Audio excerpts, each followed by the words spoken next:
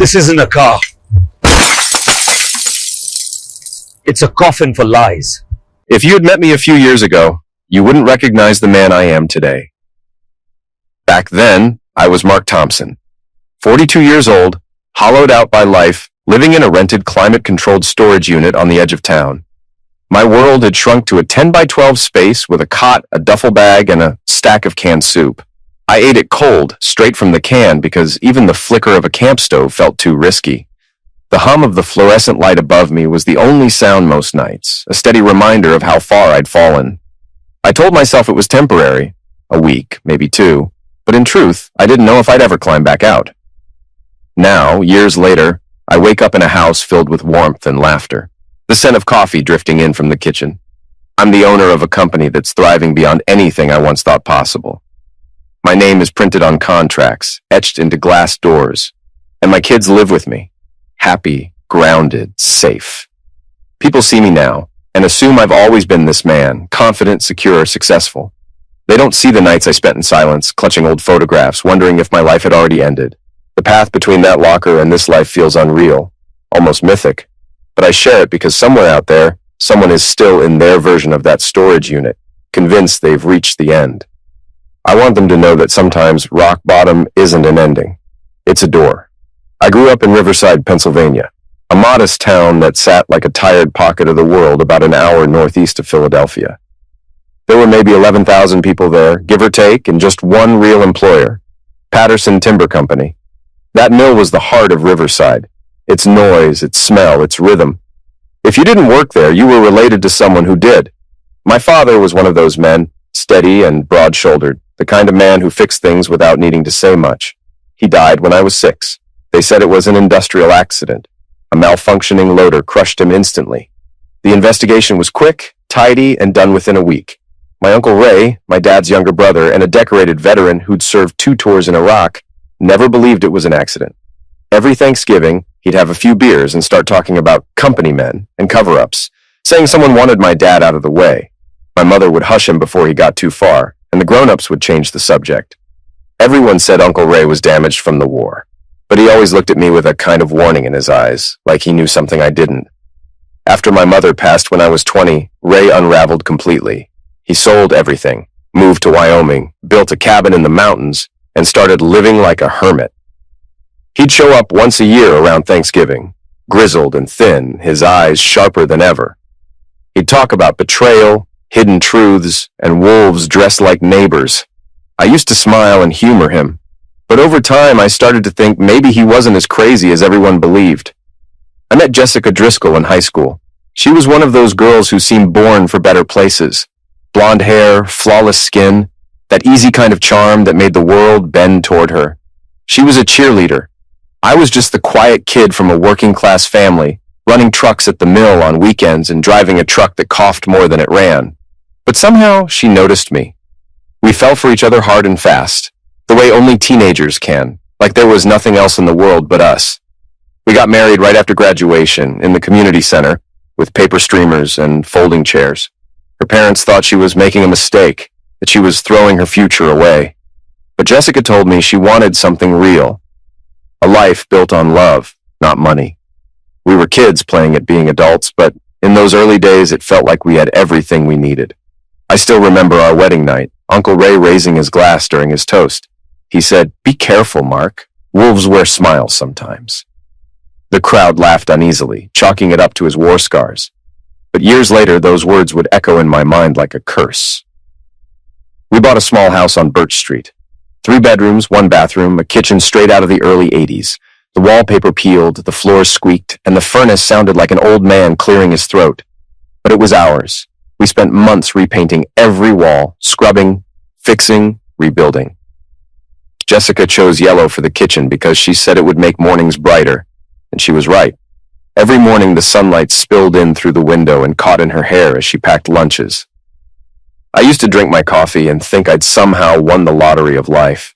2 years later, our son Ethan was born during a brutal snowstorm that shut down the whole town. 3 years after that, our daughter Lily arrived, calm and smiling from her first breath. Holding them both, I remember thinking that life had finally given me more than I deserved. I worked at Patterson Timber for 16 years, I started out loading trucks at 24 and climbed my way up to operations manager by 35. It wasn't glamorous, but it was honest work. The sawdust clung to everything. My clothes, my hair, the car seats. But I wore that smell like a badge of pride. Jessica used to bury her face in my shirt when I got home and say I smelled like real life. But things changed when old man Patterson retired. His son Derek took over, and everything good about that company started to rot. Derek was in his late 30s, the kind of man who'd never done a day of hard work in his life. He wore expensive cologne and silk shirts, showing up twice a week to collect praise for profits he hadn't earned. He was charming when he wanted to be, cruel when he didn't, and his eyes lingered too long on women who worked there. I noticed it, but didn't think much of it. That's how blind I was. The signs were there long before everything fell apart. Jessica started dressing differently. New clothes, new perfume, hair appointments that seemed to last all day. She'd talk about how our house was too small, how our vacations were nice but simple, how I could be doing more. She'd drop Derek's name casually. Derek says there's room for growth if you just push harder. And I thought she was trying to help me move up. Now I know she was just laying the groundwork for betrayal. The day everything collapsed was a Thursday in April. I woke up nauseous, dizzy, sweating. Pete, my foreman, took one look at me and said I should go home before I passed out. I rarely took sick days, but I listened. I drove home slowly, the road swimming in front of me. When I turned onto Birch Street, I saw Derek's silver BMW in my driveway. It gleamed like a taunt, parked next to Jessica's Honda. My first thought was that something must have happened at work. Maybe Derek was there to deliver bad news in person. That's how naive I was. The front door was locked, which was strange. We never locked it during the day. Not in Riverside. I unlocked it, stepped inside, and froze. Then I heard it. Jessica's laugh. Not the polite laugh she used at parties. Not the casual one she used with the kids. It was soft and private. The laugh I used to think was mine. I climbed the stairs slowly, past our wedding photo, past Ethan's kindergarten picture, past Lily's finger paintings taped to the wall. The bedroom door was half open. Derek was sitting on my side of the bed, buttoning his shirt. Jessica was wearing a silk robe I'd never seen before. They were talking about Paris, about a restaurant with a view of the Eiffel Tower, as if my entire world wasn't collapsing around them. I stood in the doorway and said hello. Derek froze, his face going the color of chalk. He muttered something about talking at work tomorrow and brushed past me like I was a stranger in my own house. Jessica didn't even flinch. She turned to the vanity, the one I'd built her for our 10th anniversary, and began brushing her hair, slow and steady. I asked her how long it had been going on. She didn't even look up. "Does it matter?" she said. When I reminded her that our children slept in that house, she finally turned. Her expression was cold, detached. "Do you really think Ethan wants to end up like you?" she said. "Working yourself into the ground for nothing? Lily's already smarter than both of us. They deserve more." Then she told me Derek was taking her to Europe, that he'd bought her a condo in the city, that she was tired of pretending this life was enough. She looked at me with pity, the kind that cuts deeper than anger, and said I'd peaked, that I'd lived my whole life thinking small. I don't remember what I said after that. I remember the sound of the brush dropping to the floor. I remember the silence between us, thick and final. I remember walking out into the evening, the air cold against my skin, and realizing that everything I thought was solid had turned to dust. What I didn't realize then was that I'd just taken my first step toward becoming someone new. Because sometimes the worst day of your life doesn't end you. It cracks you open, makes room for something stronger to grow. The next morning, I showed up to work like nothing happened. Derek's assistant called me to the office around 9. Derek was behind his father's old desk, not even looking up from his computer. He said they were making budget cuts and my position was being eliminated immediately. I mentioned I'd been there 16 years. He said I'd been adequately compensated and security would escort me out. I could sign the separation agreement and get 2 weeks severance or refuse and get nothing. I asked if this was about Jessica. He smiled then, that smile I wanted to punch off his face, and said it was about efficiency, nothing personal. I signed because no job meant no lawyer for the divorce I knew was coming. Security walked me out past men I'd worked with for nearly 2 decades. Pete and the others watched. They knew this wasn't about budget cuts. In a town like Riverside, everyone would know by dinner time. The divorce papers were served the next week. Jessica had hired the most expensive lawyer in 3 counties, somehow affording a retainer that should have been impossible on our income. She wanted the house, full custody, alimony, and child support from a man who just lost his only income. The judge was a guy named Harrison, who'd received campaign contributions from Derek Patterson. He decided I was an unstable influence on my children because I'd punched the garage wall once when I got served papers. Never mind 16 years of steady employment and coaching Ethan's youth football team. Judge Harrison gave Jessica everything. That's how I ended up in the storage unit. After losing the court battle, I started by sleeping in my truck until cops told me to move along. Crashed on friends' couches until their wives got uncomfortable. Finally rented a 10 by 15 climate-controlled unit at U-Store on Route 30 for $90 a month. The night security guard, an older guy named Frank, pretended not to notice when I started staying past closing. I arranged my stuff like furniture. Camping cot against one wall, Dad's old toolbox as a table, battery-powered lantern for light. Kept my clothes in plastic bins, showered at the gym down the road for $10 a month. You learn to heat soup on a camping stove, wash dishes in a bucket, live so quietly that nobody knows you're there. I was in my third week in that concrete box when I decided to sort through the boxes Jessica had dumped there during the divorce. Mostly stuff she didn't want but knew I valued. Photo albums, Dad's military medals from Korea, Christmas decorations we'd collected over the years. Each box was like getting punched in the gut with memories from a life that felt like someone else's dream. That's when I found it. A leather briefcase wedged behind a box of ornaments covered in dust like it had been there forever. Brown leather with a combination lock and a luggage tag that made my heart stop. My name written on it in Uncle Ray's shaky handwriting. But Ray had been dead for 8 months. How did this briefcase get into my storage unit? I tried every combination I could think of. Birthdays, anniversaries, nothing worked. Finally, I took a screwdriver and pried the lock until the metal gave way. The case popped open with a sound that echoed off the concrete walls. Inside was cash. Neat stacks of $100 bills wrapped in bank bands.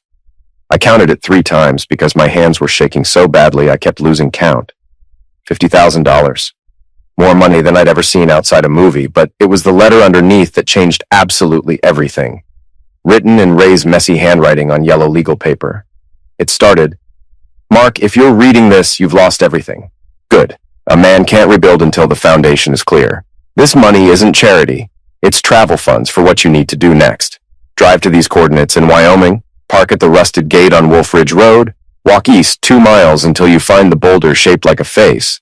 Behind it is the truth about why your father died." The letter went on. Ray said he knew everyone thought he was crazy, but crazy is just what people call you when you see things others don't want to see. He explained that my father didn't die in an accident at the mill.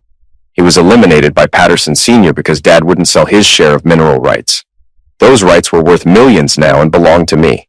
Ray had spent 40 years gathering proof, building wealth from his own share of the rights, waiting for the right moment. But cancer had got him and he wouldn't live to see justice. That was my job now. The cabin in Wyoming had everything I needed. Documents, recordings, photographs, even surprises about Jessica. He warned me not to trust anyone, especially family, because my cousin Dennis was in Patterson's pocket and had been for years. The letter ended by saying my father would be proud of the man I'd become, even if that man was sleeping in a storage unit.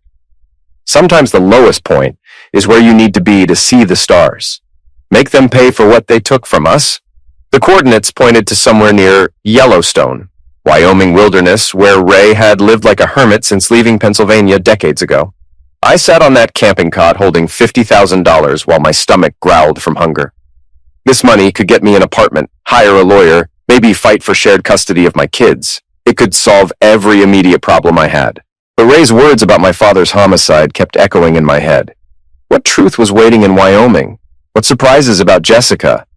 The decision wasn't really a decision at all. The next morning, I bought a used Ford pickup for $7,000 cash from a dealer who didn't ask questions. Loaded it with camping gear, supplies, enough food for a week on the road. I told nobody where I was going because there was nobody to tell. My kids weren't allowed contact with me. My friends had chosen sides in the divorce, and I wasn't on the winning team. Before leaving Pennsylvania, I drove past the house on Birch Street one last time.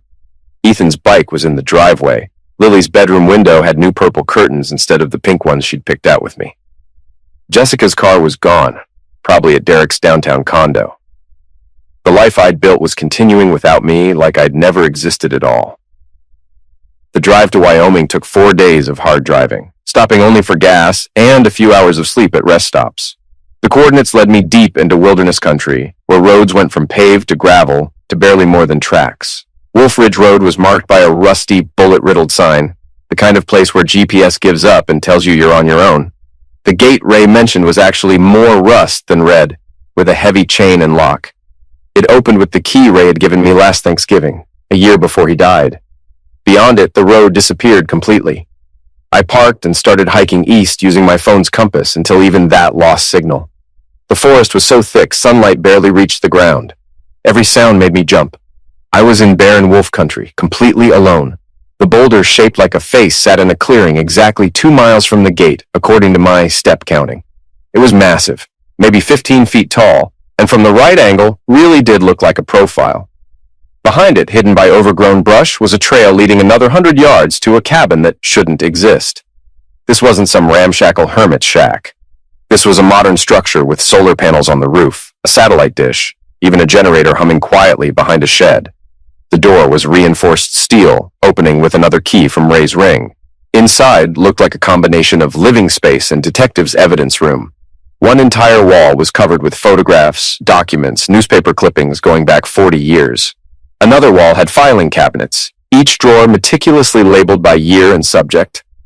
A desk supported 3 large computer monitors and surveillance equipment that must have cost tens of thousands of dollars. The first thing that caught my eye was my father's photograph.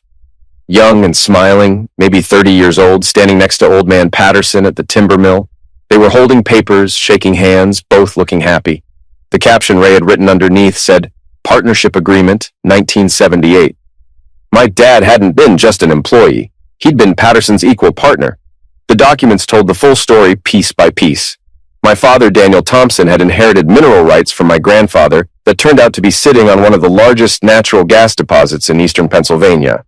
Patterson Sr. needed those rights to expand operations. Dad had agreed to partnership instead of outright sale, wanting to keep some control. Then came the police reports from 1984. Industrial accident at Patterson Timber. Daniel Thompson crushed by a lumber loader that mysteriously malfunctioned. The investigation was perfunctory, closed within a week with no real answers. But Ray had found the truth over decades of digging. Maintenance records showing the loader had been serviced the day before the accident. An insurance policy Patterson had taken out on my father just 2 months earlier for $500,000. A witness statement from a worker now deceased who'd seen Patterson and my father arguing heatedly about selling out completely just days before the accident. Ray had even found financial records showing Patterson had been hemorrhaging money and desperately needed those mineral rights to secure loans. But that wasn't the biggest shock waiting for me in that cabin. There was a folder marked JD in one of the filing cabinets. Inside were photographs that made my blood run cold. Jessica at 16 years old with Derek Patterson, who would have been 36 at the time. More photos over the years, always at a distance, always careful to avoid being obvious. Then, bank documents that knocked the wind out of me. An account in Jessica's maiden name, opened when she was 17 with regular monthly deposits from something called Patterson Holdings LLC, a shell company. The deposits started at $500 a month and increased over time. They continued right through our dating, our marriage, the births of our children. Every single month for over 20 years, Jessica had been receiving payments. The recording equipment held dozens of audio files, all dated and carefully labeled. I clicked on one from 3 years ago. Ray's voice, elderly but clear, doing a timestamp. Then Jessica's voice, unmistakable, talking to Derek. She was complaining about playing housewife, asking how much longer she had to keep up the act. Derek's response made me sick. He said until they could provoke me into something they could use in court. They needed me discredited, not just divorced. Another recording from just last year had Jessica admitting she'd been married to me for 15 years and sometimes forgot she was pretending to love me. Derek reminded her coldly that the kids were their insurance policy. I'd never fight back hard with them in the middle, and once I was completely broken, really destroyed, the mineral rights would revert to my next of kin. As my ex-wife with full custody, she'd control them until the kids turned 18, giving Derek access to everything. I sat in that cabin for hours, watching my entire life rearrange itself like a puzzle I'd been looking at upside down the whole time. Jessica hadn't fallen out of love with me. She'd never loved me at all. She'd been placed in my life deliberately when she was 17 years old, a teenager, groomed by a man more than twice her age. Our entire marriage was a con. My children were born as part of a long-term scheme to eventually steal my inheritance. The woman I'd trusted, built a life with, had children with, was an actress playing a role for money. The financial documents were staggering. The mineral rights my father had refused to sell were now worth approximately $6 million due to the natural gas boom. Ray had been quietly collecting lease payments on his portion for 40 years, living like he had nothing while secretly building a substantial fortune. Every cent was documented, every transaction legal and traceable. According to the will I found in the desk drawer, every penny was now mine. But Ray had been smarter than just hoarding money and evidence. He'd built a complete legal case that would destroy Patterson Timber entirely. There were documented environmental violations going back decades, tax evasion schemes involving offshore accounts, evidence of bribing local officials including Judge Harrison, who'd presided over my divorce, proof that Derek had been covering up workplace safety violations that resulted in deaths. The evidence was overwhelming, meticulously gathered over 40 years, like a loaded tool waiting for someone to pull the trigger. The last file on the computer was a video message from Ray himself, recorded just weeks before he died. He looked skeletal, eaten away by cancer, but his eyes were sharp and clear. In the video, Ray apologized for not telling me sooner. He explained that the Pattersons had been watching him his entire adult life. If he'd approached me before now, they would have known and shut everything down. He needed me to lose everything first because then they'd think they'd won and stop watching. Now I could fight back safely. The money was mine, legal and clear, but what I did with the evidence was my choice. I could take the fortune and disappear, start a new life somewhere else. Or I could finish what my father started and bring them all down. Either way, the Pattersons would lose. I spent 5 days in that cabin, copying every single file onto multiple hard drives, memorizing documents, understanding the full scope of what the Patterson family had done. The choice Ray talked about wasn't really a choice at all. Running away with the money would mean my father's homicide went unpunished. It would mean my children growing up believing their dad was a failure who abandoned them. It would mean Jessica and Derek got away with destroying my life as part of a scheme that started before I was even born. The drive back to Pennsylvania felt completely different. I wasn't running from something anymore. I was driving toward justice with a truck full of evidence and a bank account that finally gave me the power to fight back. My first stop was the FBI field office in Philadelphia. I walked in and asked to speak to someone about a decades-long criminal conspiracy involving homicide, fraud, and corruption. The receptionist looked skeptical but made a call. Agent Maria Santos came down, a woman in her 40s with a no-nonsense expression that suggested she'd heard every crazy story imaginable. She brought me to an interview room and listened to my story with a stone face that gave away nothing. Then I started showing her the documents. Bank records, audio recordings, video evidence, witness statements, financial trails showing bribes and payoffs. Her expression changed completely. She stepped out and came back with 2 more agents, then her supervisor. Within an hour, I was sitting in a conference room with 6 federal agents and 2 prosecutors, walking them through 40 years of criminal activity. The investigation that followed took 5 months. Secret grand juries, forensic accountants tearing through decades of Patterson Timber books, federal agents interviewing everyone who'd ever done business with Derek or his father. I stayed invisible during those months, living in a small apartment in downtown Philadelphia, following my lawyer's strict advice to remain completely out of sight while the machinery of justice ground forward. The FBI wanted me hidden in case the Pattersons tried something. They put me up in a safe location, and for 5 months I waited while agents built their case. The arrests happened on a Tuesday morning in September. Derek Patterson was taken from his country club in handcuffs. 3 city council members who'd been on the Patterson payroll, Judge Harrison who'd destroyed me in divorce court, even the police chief who'd closed my father's accident investigation so quickly back in 1984. The charges ranged from tax evasion to conspiracy to commit fraud to environmental crimes that would cost millions in cleanup.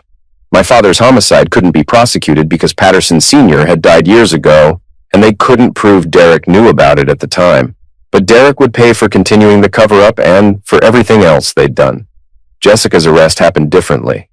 They picked her up from Lily's elementary school during afternoon pickup. She called me from jail a few hours later. It was the first time we'd spoken in 6 months. She was screaming, asking how I could do this to our children, saying they'd watched their mother arrested. I told her the truth. Their mother was never real. She was a character a teenage girl had been paid to play. The kids deserved to know who their father really was, not the failure she'd tried to paint me as. She broke down then, the perfect performance finally cracking. She admitted everything. She'd been promised millions when this was all over, to marry me, destroy me, steal my children's inheritance, to continue a con that started before I was even born. The woman I'd loved for over 20 years, who I'd believed had loved me back, confessed she'd been receiving payments since she was 17 years old, to get close to me in high school, to marry me right after graduation, to have my children, all choreographed so the Pattersons could eventually control the mineral rights my father had died protecting. The trial made national news. Headlines read, "Timber Dynasty Falls in Decades-Long Homicide Conspiracy." Derek got 15 years federal time. Jessica got 5 years, but would likely serve 2 with good behavior. The other conspirators fell like dominoes, each racing to make deals and testify against the others. My cousin Dennis, who Ray had warned me about, got 3 years for his role in helping them track Ray's activities. But the real victory came when I got my kids back. Ethan and Lily had been living with Jessica's mother during the months of investigation and trial. The first time I saw them after everything came out, after the truth was public knowledge, Ethan wouldn't meet my eyes. He was almost 15 by then, taller than me, angry and confused. Lily was 11 and ran straight to me crying, asking if Mommy was really a bad person. I took them to our new house, a modest 3-bedroom place not far from their school. We sat in the living room and I told them the truth as gently as I could. Their mother made terrible choices, but that doesn't mean she doesn't love them. People are complicated. They can do bad things and still have good inside them. It took time. Months of therapy for all 3 of us, individual and family sessions. Slowly, Ethan's anger melted into understanding. He started asking questions about his grandfather he'd never met, about what really happened, about the man I really was beyond the version Jessica had presented. Lily's confusion gradually settled into acceptance. We found our rhythm as a different kind of family, one built on complete honesty instead of comfortable lies. I never badmouthed Jessica to them despite everything. She was still their mother, but they knew the truth now. I used Ray's money to start Thompson Timber Company, hired Pete and all the good workers from Patterson Industries who'd been laid off when the company collapsed during the investigation, gave them better wages, profit sharing, actual respect, and safety standards. The business grew faster than I expected.